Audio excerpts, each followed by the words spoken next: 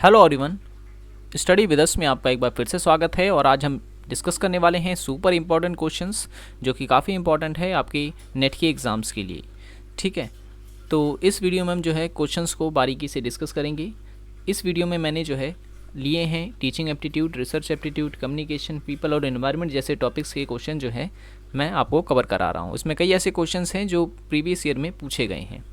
ठीक है, तो वीडियो पसंद आए तो लाइक करें और चैनल को सब्सक्राइब नहीं किया तो ज़रूर कर लें ताकि ऐसी वीडियोस आपको मिलते रहे। और पेपर 1 की सभी वीडियोस देखने के लिए आप हमारी प्लेलिस्ट पे जा सकते हैं। NTA NET पेपर 1 के नाम से हमारी प्लेलिस्ट है। ठीक है, तो चलिए शुरू करते हैं आज का वीडियो। पहला जो सवाल है आज का वो है शोधकर्ता से संबंधित नैतिक मुद्दों में कौन सा शामिल है। ठीक है, नैतिक मुद्दों में कौन सा शामिल है। देखिए, पूर्वाग्रह से बचना, उपचार के प्रावधान, ये भी सही है। गलत रिपोर्टिंग, ये भी सही है। जानकारी की अनुचित उपयोग, जानकारी का अनुचित उपयोग, तो ये भी सही आंसर है। ठीक है, तो ऑप्शन जो होना चाहिए था इसमें होना चाहिए था उपयुक्त सभी का। ठीक है, उपयुक्त सभी का होना चाहिए था जो कि नहीं दे रखा है। तो मैं बता दूं कि इसका सभी जो है सही आंसर है। जितने भी ऑप्शन दे रखे हैं ये सारे के सारे जो हैं ये इथिकल इशू हैं, यानी कि नैतिक मुद्दे हैं।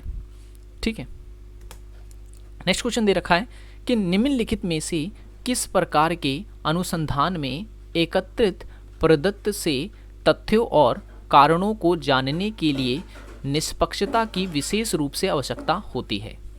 तो कौन सा है वो अनुसंधान। तो इस क्वेश्चन का जो सही आंसर है वो है ऑप्शन नंबर बी। ठीक है, जब भी हम तथ्यों की बात करते हैं तब हम मात्रात्मक अनुसंधान की बात करते हैं। ठीक है, जहां भी आपको तथ्य शब्द दिख जाए तो समझ ले वो मात्रात्मक अनुसंधान है। ठीक है, और गुणात्मक अनुसंधान में जिसमें हम किसी भी तत्व के गुणात्मक पहलू या फिर गुणात्मक दिशा पर चर्चा करते हैं। ठीक है, ऐतिहासिक अनुसंधान में हम किसी भी घटना का ऐतिहासिक दृष्टिकोण से उसका वर्णन करते हैं या उस पर चर्चा करते हैं। मौलिक अनुसंधान जो होता है, इस अनुसंधान का मुख्य उद्देश्य होता है सिद्धांत का निर्माण करना। ठीक है, सिद्धांत का निर्माण करना। नेक्स्ट क्वेश्चन है अच्छे अनुसंधान के प्रश्न कैसे होने चाहिए। ठीक है, अच्छे अनुसंधान के जो प्रश्न होते हैं वो कैसे होने चाहिए। देखिए, साध्य भी जरूरी है, स्पष्टता भी होनी चाहिए, महत्वपूर्ण और नैतिक होने चाहिए। तो सही आंसर हो जाएगा ऑप्शन नंबर डी। ठीक है, उपयुक्त सभी जो है इसका करेक्ट आंसर है। नेक्स्ट क्वेश्चन है यदि कोई व्यक्ति स्मार्टफोन खरीदना चाहता है तो वह तुलनात्मक अध्ययन करता है। ठीक है, तुलनात्मक अध्ययन करता है, वह किस प्रकार के अनुसंधान का हिस्सा है। तो हमें बताना ये है कि तुलनात्मक अध्ययन जो है वो किस प्रकार के अनुसंधान का हिस्सा है। तो इस क्वेश्चन का जो सही आंसर हो जाएगा वो हो जाएगा ऑप्शन नंबर ए। ठीक है, सूक्ष्म ऐसे नहीं लिखते, सूक्ष्म ऐसे लिखते हैं। ठीक है, सूक्ष्म स्तर का। ठीक है, इंग्लिश में जिसे हम कहते हैं मैक्रो। ठीक है, माइक्रो MICRO। एक होता है स्थूल स्तर जिसे हम इंग्लिश में कहते हैं मैक्रो MARCO। ठीक है, अच्छा सॉरी MACRO, मैक्रो। ठीक है, स्थूल स्तर। कूट स्तर कुछ नहीं होता है, उपयुक्त में से कोई नहीं। तो सही जो आंसर है वो है ऑप्शन नंबर ए। ठीक है, सूक्ष्म स्तर के अनुसंधान में हम जो है तुलनात्मक अध्ययन करते हैं, जबकि जो स्थूल स्तर होता है, जैसे कि मान लो कि विश्व स्तर पर जो बीमारी वगैरह फैल रही है, जब हम उससे संबंधित किसी अनुसंधान करते हैं या उससे संबंधित कोई रिसर्च करते हैं तो वो किस में आ जाएगा, तो वो स्थूल स्तर में आ जाता है। नेक्स्ट क्वेश्चन है निम्नलिखित में से कौन सा मूल्यांकन के गुणात्मक तकनीक का हिस्सा नहीं है। निम्नलिखित में से कौन सा मूल्यांकन के गुणात्मक तकनीक का हिस्सा नहीं है। ठीक है, मूल्यांकन की यहाँ बात की जा रही है और ऊपर से गुणात्मक तकनीक की बात की जा रही है। तो देखिए, जांच सूची इसका हिस्सा है, क्रम निर्धारण भी इसका हिस्सा है, अवलोकन भी इसका हिस्सा है, लेकिन लिखित परीक्षा जो है ये इसका हिस्सा नहीं है। ठीक है, जब भी हम मूल्यांकन की बात करते हैं, मूल्यांकन की तकनीक की बात करते हैं तो दो प्रकार की तकनीक जो है निकल कर आती है। कौन कौन सी, तो जैसे कि मैंने आपको बताया, एक तो हो जाती है गुणात्मक और दूसरी हो जाती है परिणामात्मक। ठीक है, परिणामात्मक और एक हो गई गुणात्मक जो अभी हमने बताई। ठीक है, तो गुणात्मक तो ये तीन हो गई और परिणामात्मक में लिखित हो जाती है।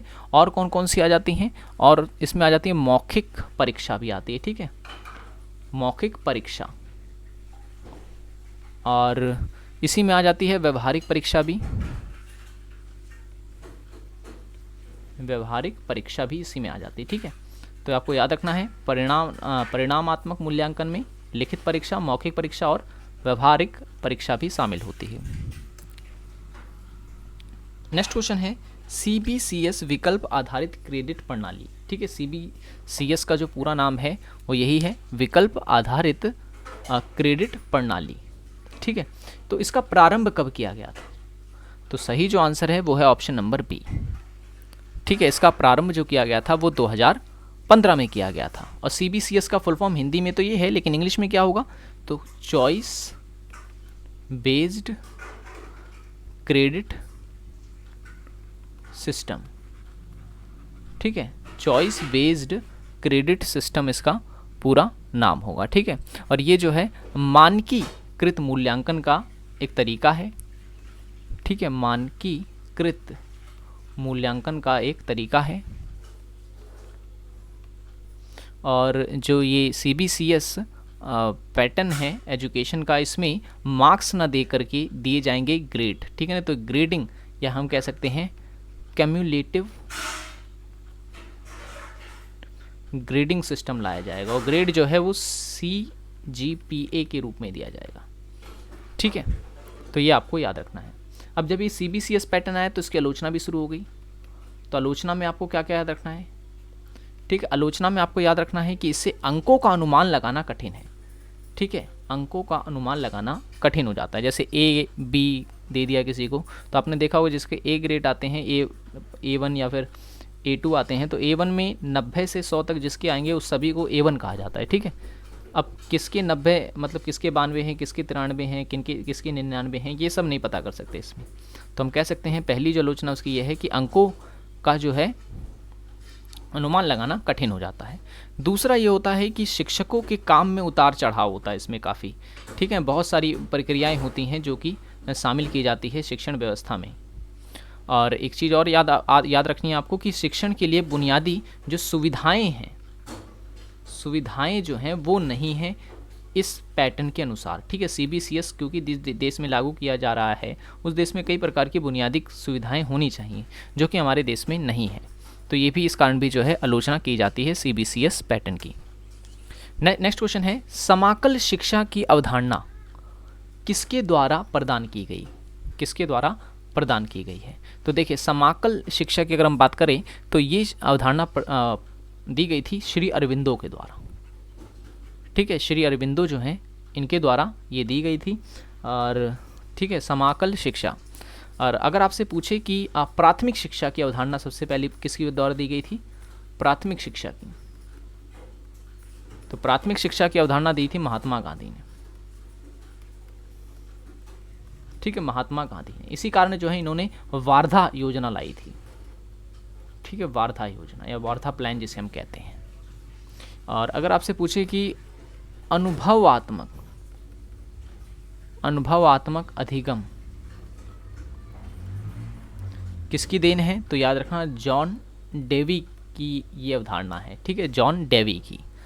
और प्रकृति की बात कौन करते हैं? कौन है जो ये कहते हैं कि प्रकृति से सीखना ही सबसे बड़ा सीखना है? तो ये ऐसा कहा है डॉक्टर रविंद्रनाथ टैगोर ने,